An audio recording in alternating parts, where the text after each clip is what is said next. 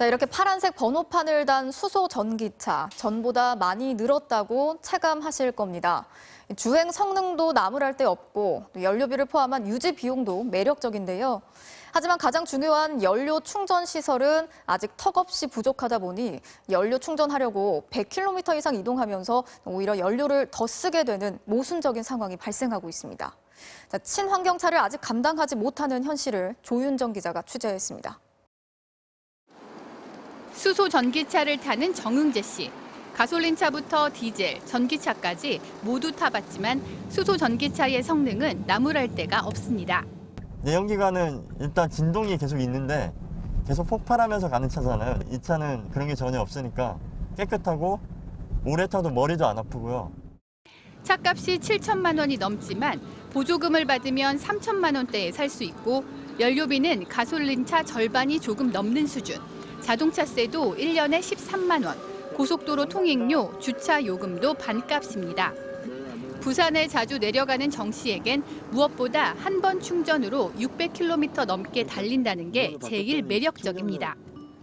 한 번 충전에 장거리를 갈 수 있는 차잖아요. 그래서 너무나 만족합니다. 그런데 충전 한 번 하기가 너무 어렵습니다. 과천에서 서초동까지 출근길에 이용하던 양재 충전소는 1년 가까이 운영 중단 상태. 밀리는 시내를 20km를 더 달려 여의도 충전소에 도착해도 기다리는 차량이 늘어서 있습니다. 대기 시간만 1시간 이상, 간신히 충전을 마치고 회사에 돌아오면 2시간이 훌쩍 넘습니다. 차를 타고 다니는 게 아니고요. 차를 모시고 다니는 것 같습니다. 바로 앞에 충전소 놔두고 2시간을 충전하고 이렇게 오는 시간이 너무나 아깝고. 충전소에는 하루 종일 긴 줄이 늘어섰습니다. 차가 많이 기다리고 있어서 다른 데 보려고 갔다가 여기 세 번째 오는데도 5대가 기다리고 있더라고요. 아니 매일 지금 이거 한번 충전했다고 와가지고 2시간씩 소비하고 말이야. 서울의 충전소는 4곳뿐인데 양재는 중단. 1년간 문을 닫았다 지난달 재개장한 상암은 예약제로 하루에 40대만 받습니다. 그 예약제는 완전 하늘의 별 따기예요. 아침 9시에 딱 들어가서 저같이 좀 느린 사람은 이게 하다 보면 오바고 내일 아침마다 9시 되면 그거 맞춰보고 해봐요. 근데 안 돼요. 이 와중에 고장도 잦습니다. 이곳은 서울에 3곳밖에 없는 수소 충전소 중 한 곳인데요. 고장이 나면서 앞으로 2, 3일 동안은 운전자들의 충전이 불가능한 상황입니다. 대부분 충전소엔 충전기가 한 대뿐인데 부품을 외국에서 수입하는 경우가 많아 빨리 고치기도 어렵습니다.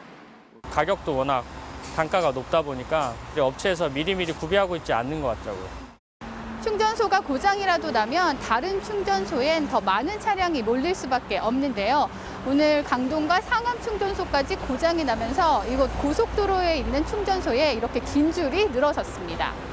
오늘 꼭 충전을 해야 되니까 뭐 각오하고 온 거죠. 어제 강동에서 하려고 그랬는데 문 닫아서 못하고 하남에 전화를 했더니 대기가 15대 있다 그래서 못하고 오늘. 서울은 그나마 나은 편입니다. 충전소가 삼척에 단 한 곳뿐인 강원도 주민들은 오로지 충전을 위해 강동이나 하남 충전소까지 수백 킬로미터를 오갑니다. 8시에 떠나서 지금까지 이거 하나 갖고 기다리는 거예요. 집에 가면 한 1시 반, 2시. 환장하겠습니다. 이거 하라고. 하루 걸려요, 하루. 뭐 수소가 떨어졌다. 아니면 뭐 좀 고장이 나서 좀 뭐 압력 충전이 안 된다. 그럼 90대까지 기다리는 거예요, 앉아서. 한 30 정도. 어디 가지도 못해요. 강동을 들려서 설비 점검 중이라서 이제 바로 일로 왔죠. 정상 운행의 4분의 1을 이제 왔다 갔다 하면서 없어지는 거죠. 충전을 위해서만. 답답한 운전자들은 모바일 대화방에서 어디에 몇 대가 기다리는지, 고장은 안 났는지, 충전율은 얼마인지 공유하며 수시로 상황을 확인하는 게 필수가 됐습니다. 오늘 한 1시간 10분 정도 기다렸어요. 저도 지금 처음에 와서 8대 대기 중이라고 10대가 넘는다 이러면 그냥 오지 않고 바로 집으로 가고요. 올해 154개까지 짓겠다던 충전소는 아직도 52기뿐. 내후년까지 310기로 늘리는 게 목표지만 주민 동의를 받기가 쉽지 않습니다. 원래 현대차가 연구용으로 쓰던 양재동 충전소는 낡은 시설을 고쳐 상업용으로 개장하려 했지만 주민들 반대에 부딪힌 상황입니다. 마음 놓고 살 수가 없고 마음 놓고 잠을 잘 수가 없는 주거지예요. 코로나보다 더 무서워요. 지난해 발생한 노르웨이 수소 충전소 화재와 강릉 수소 저장 탱크 폭발 사고로 주민 불안은 더 커졌습니다. 결코 안전하지 않다고 얘기합니다. 2, 3만 주민이 이런 폭탄을 안고 살 수는 없는 겁니다. 수소차 운전자가 나와서 입장을 밝혔더니 근거 없는 위험성, 그건 좀 자제해 주셨으면 좋겠습니다. 주민들의 야유가 쏟아집니다.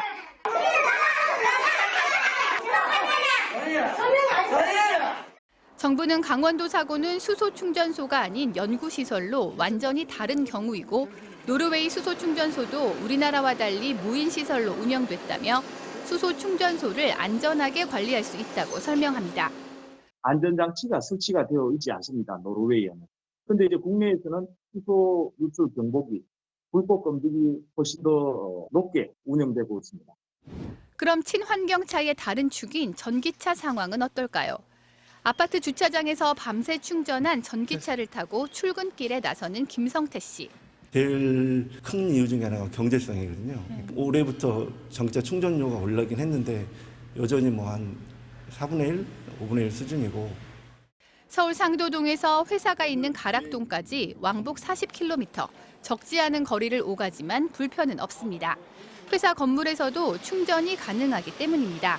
충전은 주유가 아니라 주차의 개념이기 때문에요. 전기는 기름이나 가스랑 달리 어디서나 연결할 수 있으니까요. 전기차 충전기는 전국에 6만 개까지 늘었고 위치도 쉽게 확인할 수 있습니다. 바로 옆에 가락동 주민센터가 있거든요. 충전 중이라고 나오고 있고. 주민센터는 거의 다 있다고 보시면 됩니다. 하지만 집에 충전 시설이 없거나 이동 거리가 긴 경우는 여전히 불편합니다. 창원에서 서울로 가는 중인 김영만 씨. 고속도로에서 꼭 충전을 해야 하는데 이미 사용 중인 경우가 많습니다. 방금 한 분이 충전하고 계셔가지고 그분이 끝날 때까지 기다렸다가 서울 오려면 도착 예정 시간보다는 한 2시간 정도 더 여유를 잡고 출발해야. 또 충전기는 늘었다지만 고장이나 장기간 방치되는 경우도 많습니다. 잘 고장나더라고요. 잘 안 고쳐주더라고요. 5년 뒤엔 네덜란드와 노르웨이가, 10년 뒤면 중국과 독일, 인도도 내연기관차 판매를 중단할 예정. 2035년쯤엔 전기차 시장 점유율이 내연기관차를 넘어설 거란 전망이 나옵니다.